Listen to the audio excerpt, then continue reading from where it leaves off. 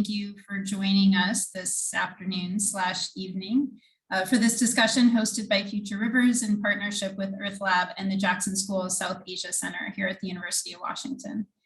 My name is Athena Bertolino. I am the program manager at Future Rivers, and Future Rivers is a National Science Foundation funded graduate traineeship here at the university, and we're focused on developing the next generation of interdisciplinary freshwater sustainability scientists. I hope most of you were able to enjoy the free film screening and were able to access the link. If you had any trouble, let me know. As a reminder, the link will be live through the end of the day today. And then our screening partners, I think, will take that down. If you weren't able to see the film through the screening link or you want to view it again, it is currently available on Amazon Prime for anyone who might have access that way. I'll also be sending out an email later this week with some links to additional resources and ways to keep the conversation and thought going. And it will include a link to a recording of this panel discussion. So again, you'll have a way to refer back if you want to or watch it again. We are going to be taking Q&A from the audience today. And so we ask that you use the chat feature for that and feel free to chat in questions throughout. You don't have to wait till a certain Q&A period. We'll be monitoring that. So go ahead and use the chat feature. We'll also monitor it for any logistical questions that folks might have. We do have videos off though, and microphones off as well. So again, please use that chat feature to get a hold of us. And I think that's all the logistics. So without taking up any more time, I'd like to welcome our guest panelists. Today, we will be hearing from Dr. Charu, professor in the School of Interdisciplinary Arts and Sciences at the University of Washington, Bothell. Dr. Kale, associate professor in South Asia and International Studies at the University of Washington's Jackson School of International Studies. And Dr. Hossain, who is a John R. Kale Endowed Professor in Civil and Environmental Engineering at the University of Washington and is a member of the Future Rivers Executive Committee. So thank you all for joining us this afternoon. And now I would like to turn the floor over to our moderator, Dr. Govindrajan, Associate Professor in Cultural Anthropology and South Asian Studies and the current Director of the South Asia Center at the Jackson School. Radhika, the screen is yours. Thank you, Athena, and thank you so much for organizing this discussion and for inviting the participants. Thank you all for coming. I think my role really is to facilitate conversation, but I'll just begin by saying that I think the film is such an important point of conversation at a time when we're seeing the record rates of assassination of environmental activists across the world. And I think last year, 2020, was the year that several organizations recorded as seeing a spike in the assassinations of environmental activists in places like South Africa, in Colombia, where most of the people who've been murdered and which has really high murder rates of environmental activists have been Afro or indigenous descended. It's certainly the case in South Asia, where we see routinely the murders of activists who are trying to challenge sand mafias, water mafias. And so I think this is a really topical discussion and a really powerful film. So I'd like to begin by asking the three panelists just about their initial responses to the film and what kinds of issues it raised for them. I don't know who wants to go first. Faisal, would you like to go? Sure, I can go first. So thank you, Radhika, for this quick introduction, and also EarthLab and Future Rivers, Athena, for organizing this panel. So a little quick introduction about myself. I'm Faisal Hossain. I'm in the Department of Civil Environmental Engineering, and I work and do research on water issues, water management, try to address water scarcity and how to come up with better ways of managing water to grow food and energy production and all that. So when I watched the film, my first reaction wasn't so much on the water issues per se. I somehow naturally started looking at it through the lens of social justice issues rather than a water scarcity issue, to be very honest. I do work in Pakistan, so I'm familiar with the water issues that they face. It is a very semi-arid country, but part of what I think kicked in when I was watching it is my own background, my own cultural background. So a little bit of history for the panel and for everybody else is I'm from Bangladesh. I was born in 1974, but my parents, of course, when they were born, there was no Bangladesh. It was East and West Pakistan. And you probably know the history. For those who don't, the country became Bangladesh in 1971. And the protagonist of this film, Parveen Rahman, I think they emigrated, in early 1972 with her sister, the whole family. It was an unfortunate event, something that does not get talked about enough because of their, I think, ethnic background at that time. And growing up, I heard a lot of stories of what happened to the non-Bengalis, the misfortunes they had to go through during that very turbulent period of 69 to 72. And a lot of them, I think they ended up settling in Karachi and, where, of course, they had to restart their life all over again. But I actually happen to know about the book of Martyrs and Marigolds that Parveen Rahman's sister, Akila Ismail, wrote. It's a semi-fiction novel documenting that experience. So as I was watching that documentary and later on, I saw these issues, it appeared to me that even though there was this issue of, water not being available in the Orangi pilot project, it was more of an equity issue in the sense that, the more vulnerable tends to get, or the community with the least amount of voice tends to get exploited in those parts of the world. My experience working in Pakistan was that there's a tremendous amount of wastage of water that could be easily minimized if you try to minimize it, but that does not get implemented as easily as you would like. And water often is used as a weapon, I guess, depending on the circumstances and all that. So that was my initial reaction watching it, was that, this wasn't really a water scarcity issue. To me, I felt like this was an issue of governance, and had there been strict or equitable governance, like I grew up also in Singapore, and Singapore is a very water independent nation. If you know, they barely have enough water of their own, but they've managed to become very sovereign. I think this issue would not have been there in the first place, where everybody would have gotten the amount of water they needed. So that was my initial reaction to that documentary, the film. Should I jump in? Yeah, please. Or shall I go? Yeah. I think I agree with a lot of what Faisal said in terms of his initial responses. I really, I know that there was some language in the film that kind of was invoking climate change and the worsening of the water crisis in the time of climate change.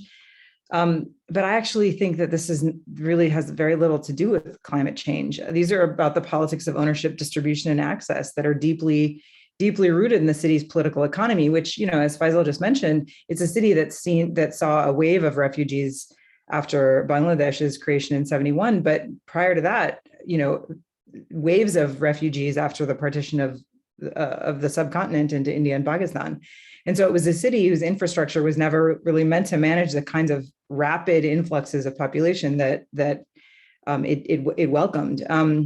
So I think that these are political problems more than anything else. And that was my initial reaction to it. I will also say that I think the language of scarcity is it's really an interesting concept to invoke, because scarcity is kind of the foundational logic of market thinking, right? That there's a supply and demand that are incommensurate. And so you have a problem of scarcity. But that's actually it's actually thinking that way that gets you to the problem of water mafias, right? So that you create an artificial scarcity because of the politics of distribution, and then you impose a market framework that poor people are necessarily excluded from. So I also, I wonder about whether thinking about this in terms of scarcity is sort of politically the right way to approach the problem. And I have more responses, more reactions, but I'll just stop there for now.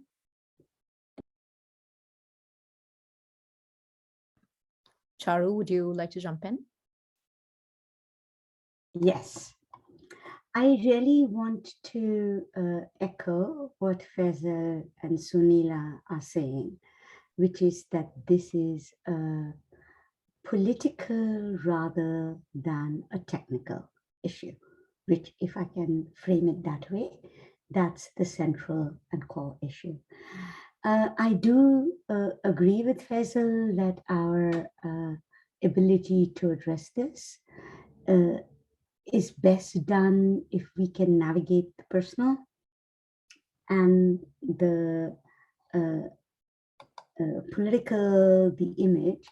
So I really did like the story of Parbi Rahman, the story of someone who came from East Pakistan, was raised, struggled.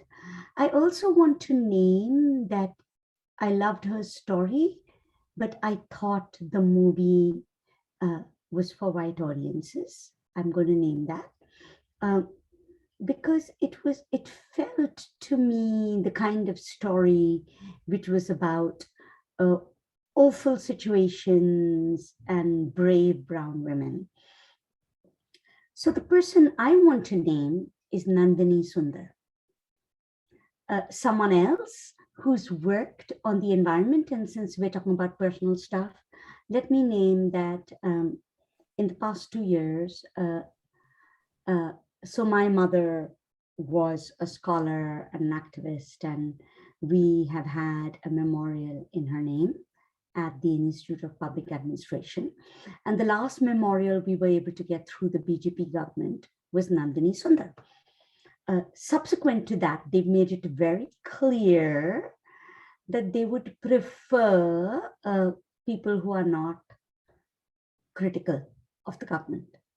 And I named Nandani because what she does is about community activism and community voice. That sort of combination of the two. And so what I want to add to what Faisal and Sunila are saying is that many of these difficulties are about the environment, about the failure of development, but they're also about the ways in which failed states have sought to convert these issues into identity and nationalist issues of human rights, of foreign hands, of gender, and failed and refused to address the deeper structures of why and how there's a connection between issues of human rights and minority rights and women's rights and issues of development. And so part of what we're seeing is not just failed states, but failed narratives, a sort of inability to accept that there's a reason these things are going together. And the reason has to do with how prior policies have failed because of their assumptions, and how actual change will need a new vision, a new policy. So I love the movie, and I love that we have a central figure. And I'd like us to also remember part of the question in this movie is, what do we do after the assassination? And so I'd like to keep that before us. Thank you. Thank you, Charu. I think you named a number of really important issues. I think one being, who is the film for, and what does that framing include? I was thinking of this too, actually, just while I really enjoyed the film and I understood its purpose to kind of commemorate this life of activism, I think what I would also love to think about is how ordinary people negotiate this kind of differential citizenship around water. And I was thinking of that scene in the film when Parveen arrives in the village at night, right, when the water suddenly comes on. and everybody comes out immediately to start filling water. And it got me thinking actually about the work of scholars who do research on water governance in South Asia, like Nikhil Anand, Lisa Bjorkman, Myra Hayat, who is now starting a new project on water in Pakistan, in fact, and suggests that water has become the new terrain upon which citizenship is mapped. But I think there is more to be said, I think, about how everyday people who are living with these forms of what is called rationing, right? Which, and I think all of you are absolutely right in naming this as political. And I love that scene in the film where Parveen says, well, why isn't this rationing happening in other neighborhoods then? Why isn't it happening in Clifton, right? Why is it happening here? And I think she's naming then exactly that unequal kind of politics that pervades access to water. But I think that the question of gender is also a really central one to raise. It's not lost on me that all the people who were filling there, many of them are women, right? And or that initial scene when she's talking to the woman whose husband has died from drinking contaminated water, and she has to take on that risk. That gendered risk also, I thought, was really fascinating. I was also, I mean, I would love to hear from the three of you and how I think all of you have pointed to the fact that this is not a new moment, right? In some sense, that this speaks to older forms of political disenfranchisement, mafias, all of these other kinds of political economic issues. But I'm curious about whether you think this will take on new dimensions, because water scarcity has been, the term scarcity has been mediated and used in multiple ways, but we are also in a moment of emergency. So just thinking about heat, for example, and rising temperatures across much of South Asia. So while I think there's an important need to situate this within longer histories, how do you think we might put those histories into conversations with uncertain futures? Yeah, I can go first and maybe tackle that a little bit from a water resources perspective. My take on this is that water scarcity, I think the term is relative. It depends on what you're meaning, and it gets, I think, blown out of proportion. Even though Pakistan is a semi-arid country, if you really do the math, I mean, the Indus River system, 70% of its water is glacier and snowmelt fed. And they have a reasonably good system of using it for its needs. 80 to 90% of it's used actually for the irrigation project. It's for growing food. That's where the 800-pound gorilla is. And that's where you have the most amount of wastage of water. I mean, there's a tremendous amount of waste in most places when it comes to using water, even the US. And just a traditional food production system that uses water can have at least 30 to 50% wastage of fresh water. And that doesn't come into the picture. We don't have discourses on that, how to minimize it, how to make it more efficient, because that would really solve a lot of issues. The drinking water is only a small sector of the total water that we use for our civilization. It's barely 10%, or even less than that. The industrial is a little larger. But somehow, when we talk about water scarcity, we seem to put it from the lens of whether people are getting enough water or if farmers are getting enough water, but not through the lens of could we have avoided that easier solution of minimizing the waste of water. So that's my take on that. And Pakistan, I think government, and we work with the federal government, they do have a lot of initiatives in place to recognize it. This, to me, in the film Into Dust, it seemed like a more localized issue in the sense that it's set in the province of Sindh, which is, of course, the downstream-most province and the most arid province. It's at the receiving end of the Indus River system. That's where pretty much the river ends. And by that time, pretty much Punjab and all the upstream states have used up the water that they need. They don't have a lot of, negotiating power for the water distribution and the management for the Indus River resources. So while there will be challenges with climate, I think one thing that I think we probably need to talk about is how to improve our systems of using water. And when I was watching this film, I went back to my own experience living in Singapore, which you probably know, it has this 99-year treaty with Malaysia to import water, but it's now completely water independent. It's really using every water drop 3 times before it lets it go to the ocean. It recycles the wastewater down to drinking water standards. Of course, a city-state like that can do it, but these are some, I think, ways forward for many cities and countries to be very water resilient against challenges, whether it's due to extreme weather phenomena or climate or some other transboundary issues or rising population and all that.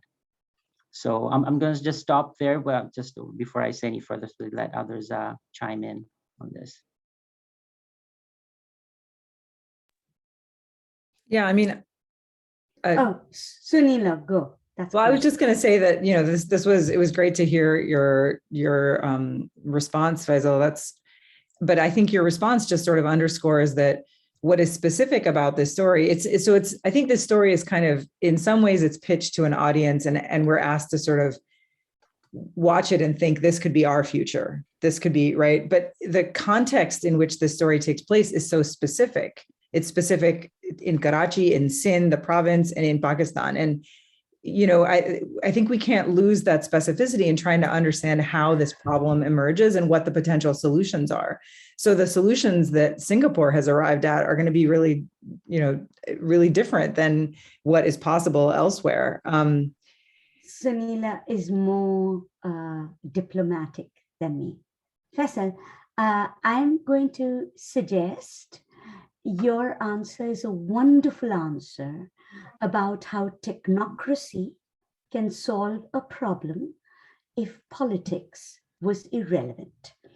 So unlike Sunila, I'm actually going to say yours is the specific answer and Karachi is the more general problem, as opposed to Sunila's suggestion that South Asia is specific and Singapore is general, which is that wasn't my suggestion. No, yeah, but I don't see how this question of are there technical solutions? Of course there are. I mean, we've all known it.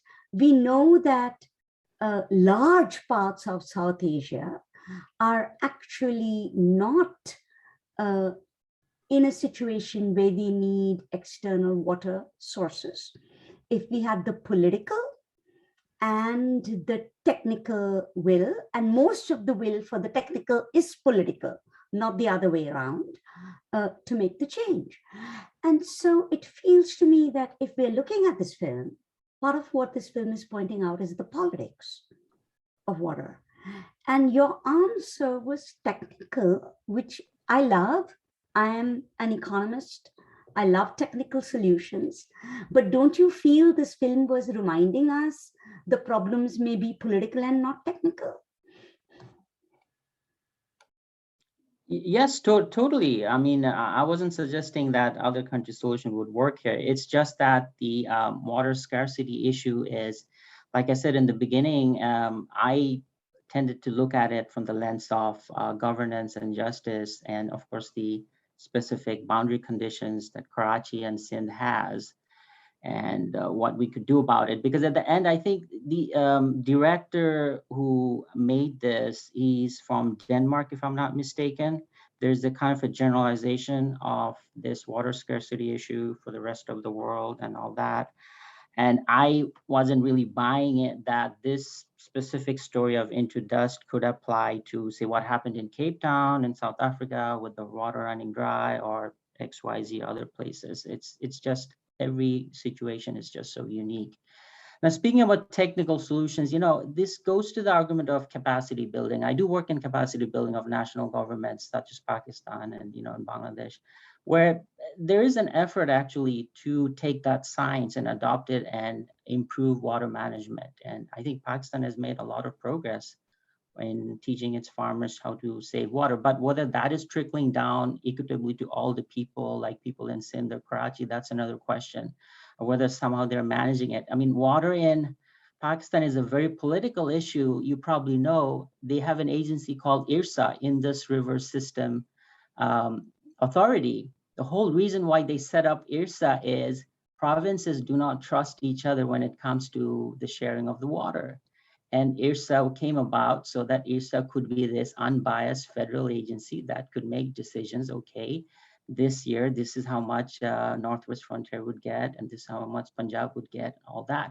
But even IRSA is not really trusted by the provincial, the local governments to that extent. And the challenge is there, I think, in Pakistan because of that very strong underlying political currents that dictate how the hegemony is there. You know, it's like Egypt and Ethiopia, perhaps in some sense. It's there, and how to override that, we don't know. But I was just stating the fact that this wasn't so much a water scarcity issue per se. Rather, there could be solutions around it if the film perhaps also talked about you know, how to solve the problem given what situation that exists, and you know, recycling, reuse, efficient water management, all that. So I'll just stop there. But I think that what the film was suggesting is that if there was more water flowing through the pipes, there would just be even more inequity in the distribution of those resources, right? I mean, because the sort of the political economy context of Pakistan is a deep socioeconomic inequality, right? And that is that's the frame that in which we have to understand the story, the plot lines of the story. I think there's more to say here, but can I just throw one more thing out? I was really interested, maybe because I'm doing some research right now on corporate social responsibility. So I was really interested both in who the audience for this film was, but also what the motivation for the film was. I think the filmmakers and the family of this extraordinary woman have a very clear motivation in telling her story. But one of the corporate donors for the film, the Grundfos Group, is one of the largest pump manufacturers in the world that bills itself as providing the technical solutions to climate and water scarcity problems.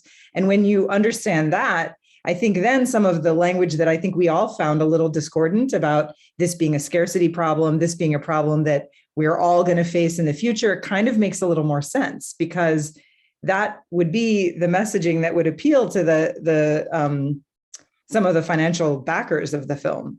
You know, it's interesting because the Pakistani state, and you get a little bit of the Tehreek-e-Taliban, that storyline in the film, but you don't really hear too much about the military in Pakistan, and that's the other big, 800-pound gorilla in the political room that you have to sort of make sense of and manage it if you're trying to understand anything in Pakistan. Yeah, I guess those are the few things that I would add to the mix.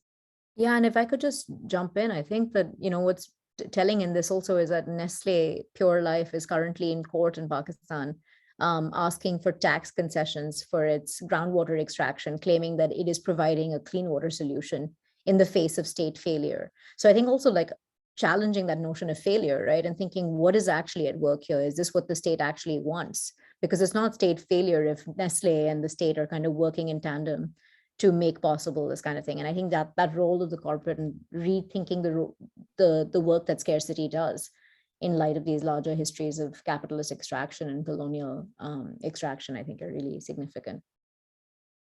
Faisal, I know you were going to jump in. I think No, I'll be honest, when I was watching the film, it didn't appeal to me in the sense that it was made for me, with like I was the audience per se, or South Asian audience.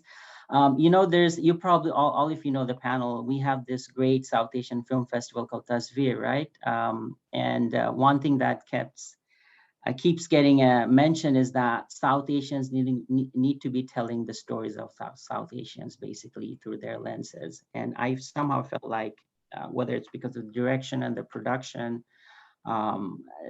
it got a little bit contaminated, for a lack of better word, from this Western or other lenses. It's a purely South Asian and Pakistan, Karachi's story that should have been told and directed and produced by the stakeholders or whoever that's gone through this entire life experience. Rather Can I jump into that? Yes. I actually agree. The stories we're telling are often, and this is one of them, driven by the needs of broader audiences. And this is a story where you have what all of us face, right? Which is this, the story is about a person who's actually a historic figure who is crucial to many of us and whose works are great. But it's also a story that has, as people have noted, between the question of who's funding this, what's the narrative drive, what's the presumption about the end results, subtly angled, if you will, at needs, desires, and audiences that are narrower.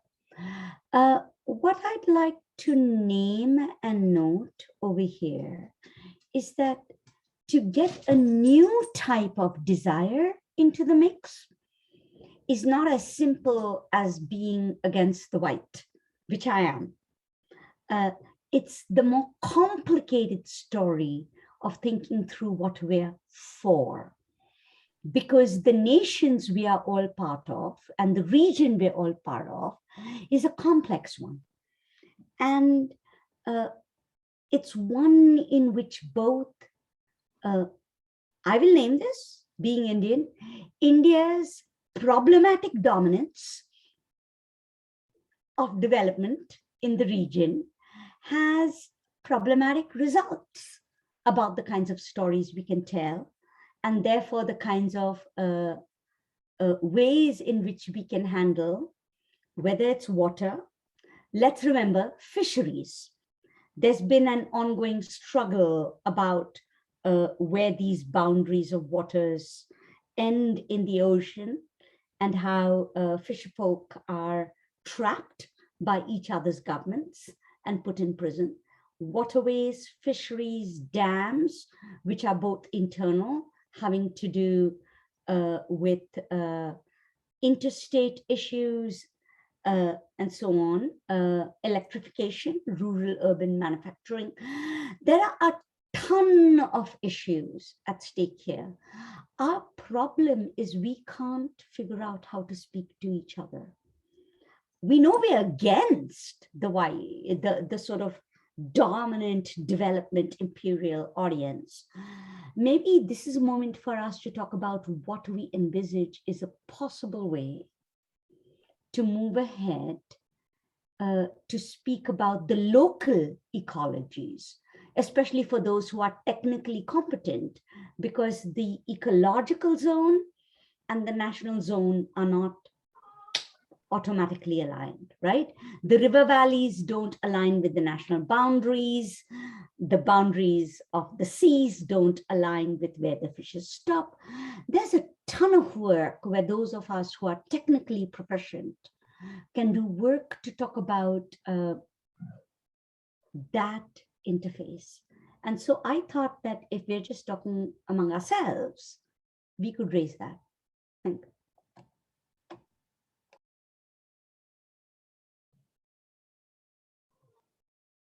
I wanted to ask something for the panel. I wonder what your take is on the issue of gender, which I think is prominent here.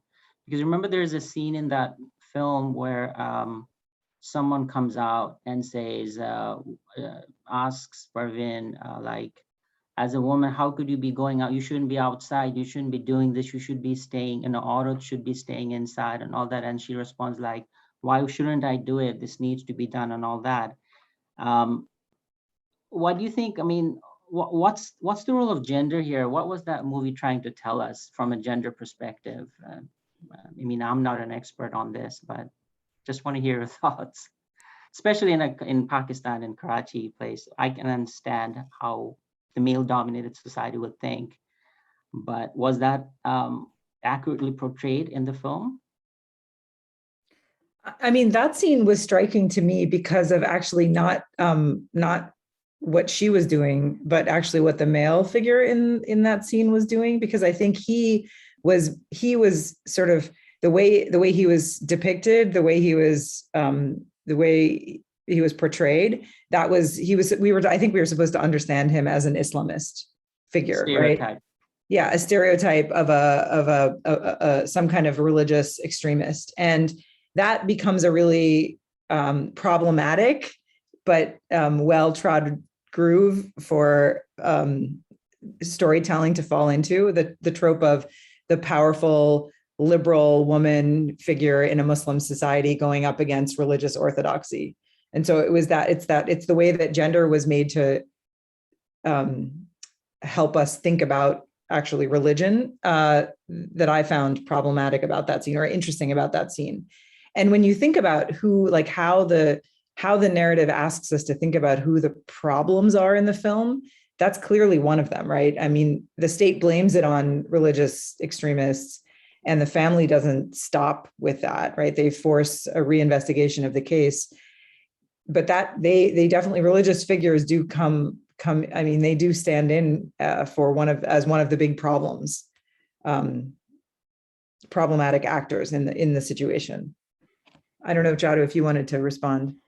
I think, Sunila, you're spot on. I'm going to be more diplomatic than you and just stop here, because that felt to me. Okay, I'll be less diplomatic.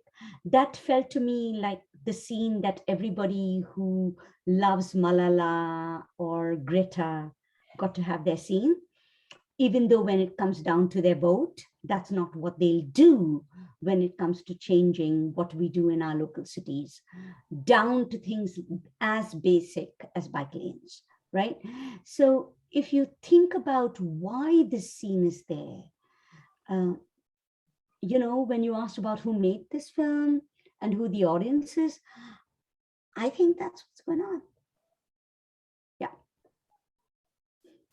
I agree. But I will just say that I think one thing the film does, though, is the sister challenging the idea that this is the Tehreek-e-Taliban assassinating her. And, I think that's important because it is also, I'm thinking of the work of the anthropologist Mubashir Rizvi, who's pointed out that the government of Pakistan routinely uses terror accusations to shut down movements by farmers and by other kinds of activists. So I think, that is also a kind of nod to the struggles that activists are facing, in addition to stereotyping.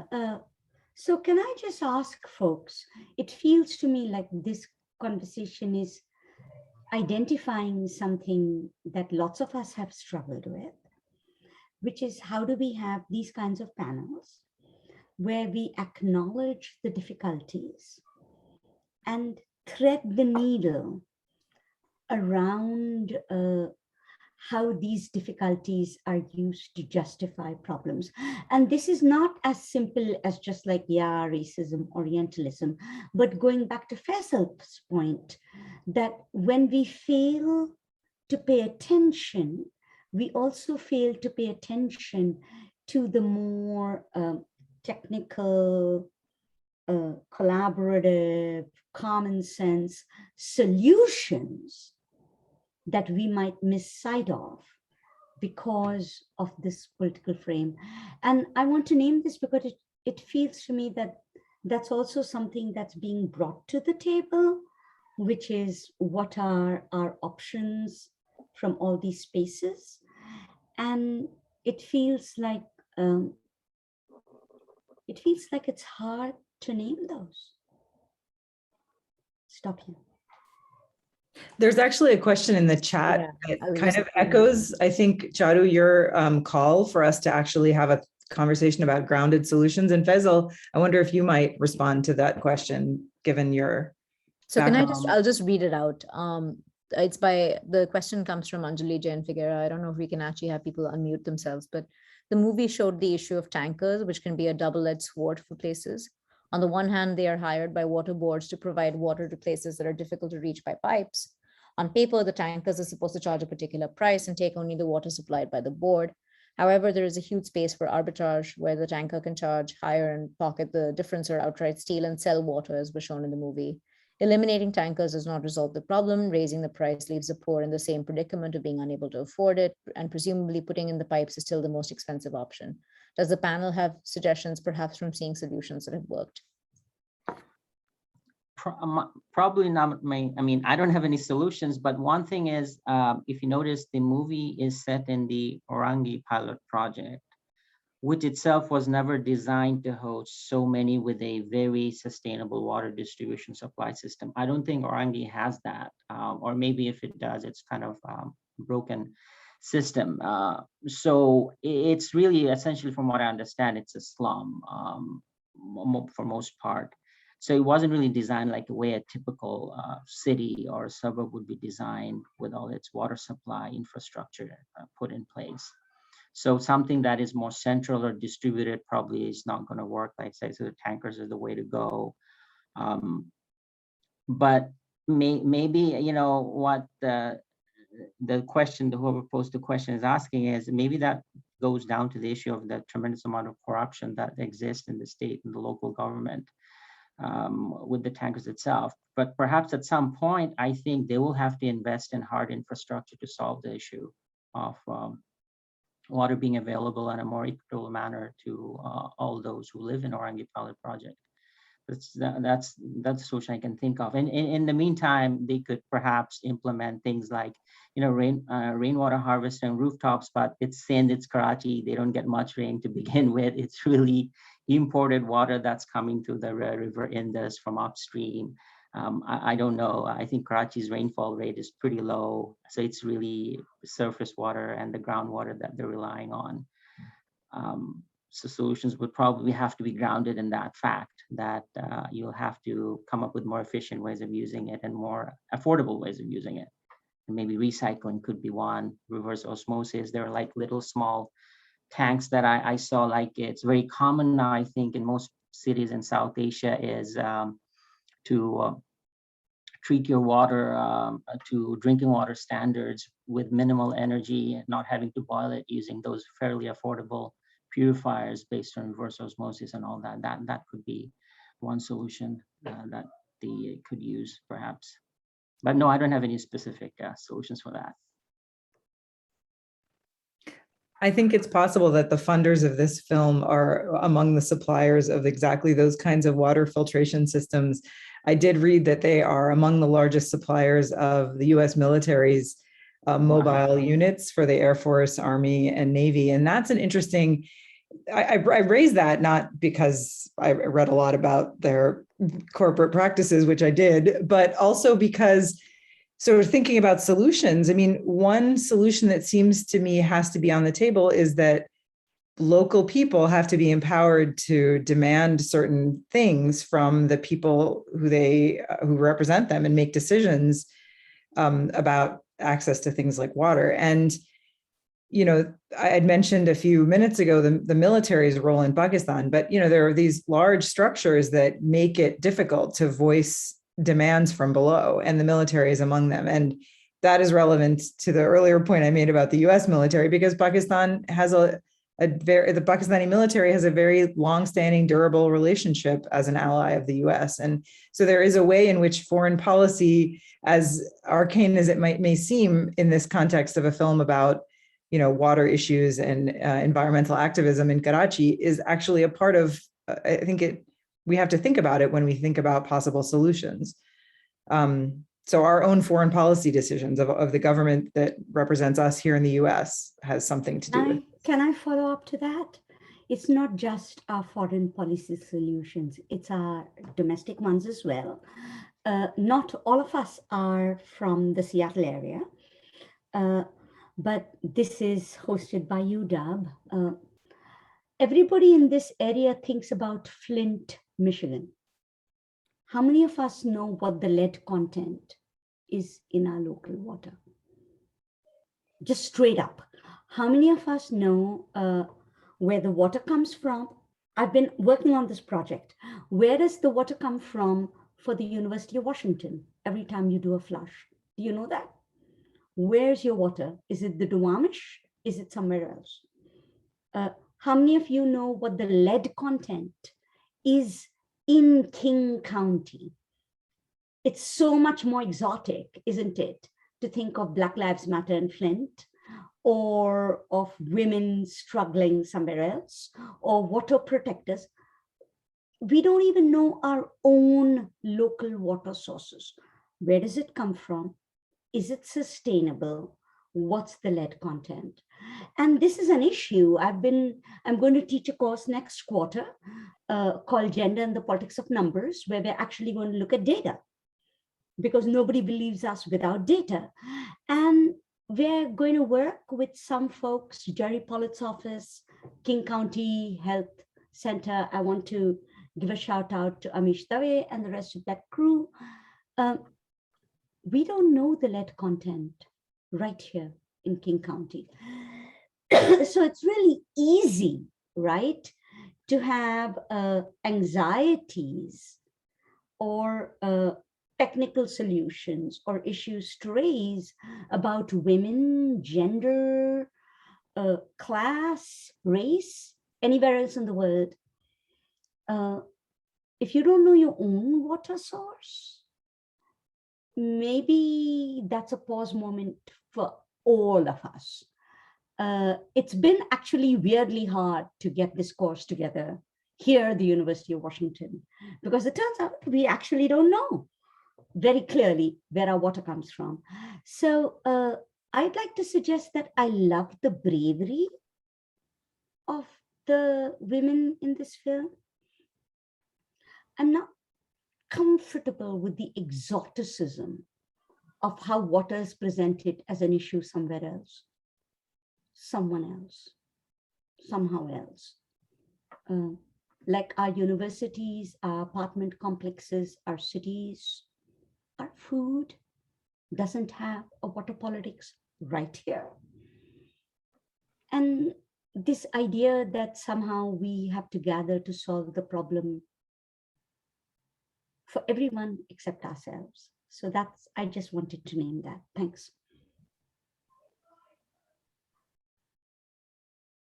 Ooh, thank you for the folks who named Cedar River and the water quality reports. Thank you. Really appreciate that.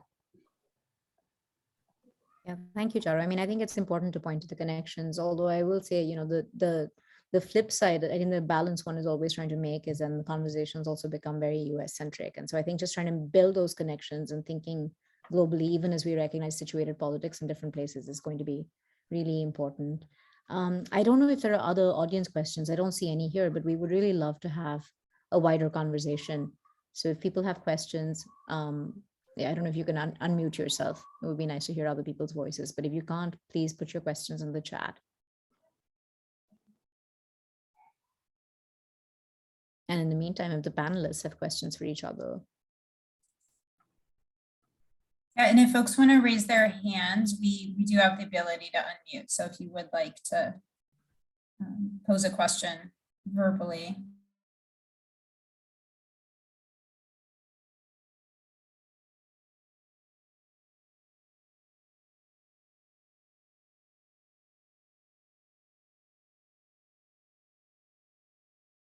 Administrators and officials you work with have a sense of these problems as political in low spaces. You know, what are they proffering as potential solutions? Yes, so our work mostly has been with the federal government. So, you know, in Pakistan, I think if you want to make progress in the beginning, working with federal agencies is a lot easier. Provincial is a different ballgame, but if you really want to have progress at the root level, you have to work with the provincial government, of course. So it's PCRW, or Pakistan Council for Research and Water Resources. And they're managed by the Ministry of Science and Technology. So they do have kind of a countrywide mandate to come up with solutions and implement them, but then it falls into the responsibility of state, provincial governments to implement it. And this, you know, I actually, until I'd seen the movie, I didn't know much about this Orangi pilot project having water issues, to be very honest. Those have been more like related to more national scale water security or food security. So for example, it's high priority for them to know how India is managing the dams on the other side of the border in case floods come in, the gates get open, or food security, the Indus Basin irrigation system, which is the world's largest irrigation project, where they would have to make sure that they're able to meet their food production goals. Those kind of things, much larger scale. I think this is a much smaller local scale here, but we've had some success, in modernizing farming practices, getting them to waste less water, and try to be more efficient in its irrigation practices, because a lot of it is really outdated. The science really hasn't trickled through for a number of reasons. Part of it, we're also to blame because we stop our work after we publish our papers. We don't really push it further down and make it into a sustainable solution that is culturally grounded, socially grounded in those regions. So yeah, and that's where the agencies come in and try to help us out. Thank you. I did want to ask something to the panel, which is for Karachi itself. I mean, I'm not so literate as on this issue, which is the politics of it. From what I understand, the party MQM, Mahajir Qawmi Movement, is pretty strong there. And Karachi has a large percentage of what I think is mostly people who have immigrated from, India, across the border. And the law and order situation perhaps is not as rosy or stable as in the other parts of Pakistan, I guess. I mean, at least compared to maybe Lahore or other places. And when I talk to many of my Pakistani friends up north, they tend to view the governance of Karachi as always problematic and hard to do anything. And all that. I sometimes wonder if there is anything to do with the fact that a large section of the population there, they're diasporas or they immigrated, and maybe they're just being, it's that maybe the rest of the country is not giving them the due attention or, a share of the governance that they deserve. I think the leader of MQM is now in England, is on some charges and he's wanted, but I wonder if that played a role in this, just because they're maybe looked down upon that section of the population in Karachi, and whether that exacerbated the situation there. That's kind of like a very shallow take, but I wonder what Sunila Charu thinks about that, the Karachi specific issue with MQM and the political instability, all that, how that played in. Well, I don't think I have an answer for you, but I think that your question is one that I had as well. And I think it's this is a 40-minute film and they accomplish a lot. There's a lot that is told and revealed to us through the film, but there is a way in which sort of the naming of the problem is left a little vague in precisely the ways that you're suggesting with this question. Like, so what is it that produces the politics that are specific to Karachi, and how general are they to Pakistan, and what is specific about the situation in the context in Karachi? And you don't really get that from the film. I felt that initially, but I'm also remembering, I'm old enough to remember this is how we treat Bihar, in India. I wanted to mention Bihar, but I stopped short. Yeah.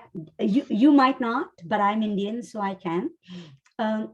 We do this, right? Don't we? Yeah, it's a problem, but that's Bihar. Oh, it's a problem, but gotta be Patna. Is it a problem? Yes, of course, Bihar, Jharkhand. I think you're right in naming the specificity of Karachi, but I think it's also really crucial to remember in many parts of the world, far exceeding South Asia, we like to find our one scapegoat, everything wrong in the US is because it's South. In the same way, nobody else ever is responsible for this. In the same way, maybe we want to be a little cautious about how easily we make it specific to Karachi, because part of what I'm nervous about is the difference between specificity and stereotype. It's one thing to make something specific to a location because of that location's history, and another thing to make it specific to a location because those people are those kind of people, they're backward, that's their culture. That's who they are. And Bihar, for me, is a good example of why there are things that are specific to Bihar. Not because Biharis are weird, but because Bihar has had to play and absorb a specific political role, going from the coal fields and Jharkhand on in the history of our nation. How Bihar has been a location for figuring out these really tense questions of nation, caste politics, indigenous rights, mining. So I don't know enough about Pakistan to address that, but I do want to resist the temptation for finding our scapegoat so quickly. We can find it, but maybe we need to take a little more time to find it than this. Yeah, I mean, jump in very quickly, I might just say that there are actually lots of Pakistani scholars who worked on this. So Kamran Ali is someone who's written quite extensively actually about how Karachi's kind of booming industrial nature has also produced really deep inequities in the city, in the space of the city. So it's actually, I think, a story both of kind of incredible wealth production, right, and inequality. So I think that kind of history, that political economic history, also thinking about MQM, but also it's the pathologization of Karachi is particularly violent, is something that Arsalan Khan has written about. Myra Hayat has talked about water access in Karachi. So I also just want to be cognizant of the fact that, there are three, scholars of Pakistan, specifically around social issues of Pakistan, are missing on this panel. And it would be great to add their voices. So I'm going to put their names into the chat. I would also just add also the wealth of really rich scholarship on the post-partition period and the effects of that moment for Karachi in particular, because it was the receiving site for so many flows of refugees. And what that did for kind of some of the neighborhoods that you were, Faisal, saying that, the infrastructural capacity was never meant for the numbers of people that settled there. Yeah, there's a lot of rich partition historiography that addresses these issues as well.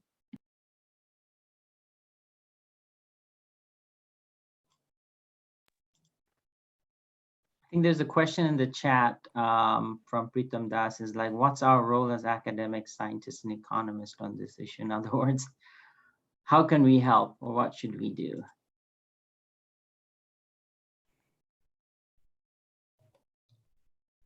I'm not trying to answer that because Pritam is my student. He's my grad student. So I lecture him all the time. So I think he's not expecting an answer from me.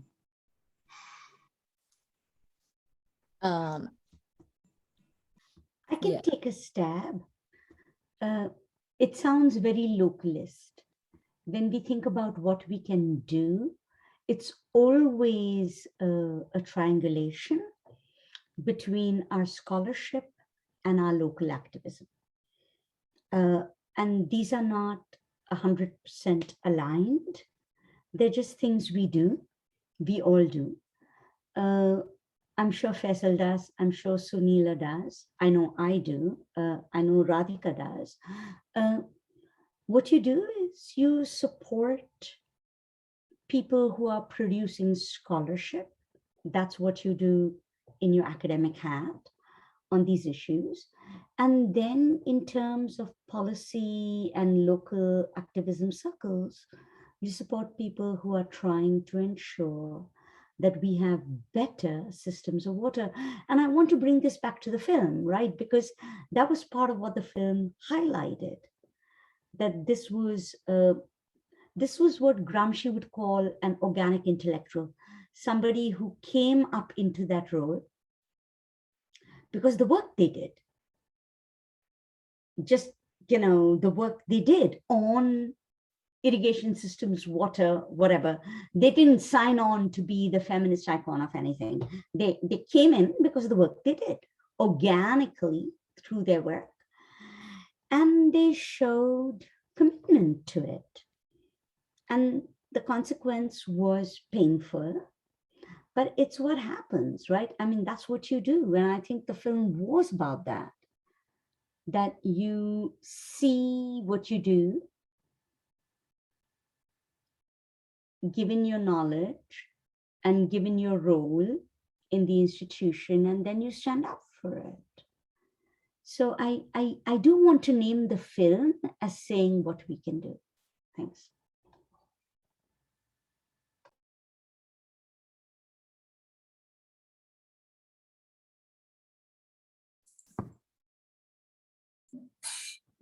Right, I will jump in here. We are right at 5 o'clock, I think maybe 1 minute over. I want to thank you all, Radhika, Sunila, Charu, Faisal. This was an amazing discussion, really fantastic. And so also thank you for agreeing to share for it to be recorded and shared more broadly as well. A great reminder to all the folks on and who will be listening about thinking through and asking the hard questions and digging into stories, thinking about who audiences, who funders are, what the intent is of different multimedia presentations of such stories, and context and all of it. It was fantastic. Thank you all. You were wonderful. And I will leave it at that. Thank you. Thank you, everyone. Thank you, panelists. Thanks, everyone. I learned a lot. It was a great discussion. Me too. Thanks, Athena, for organizing it. Yeah, Yeah, no thank problem. you.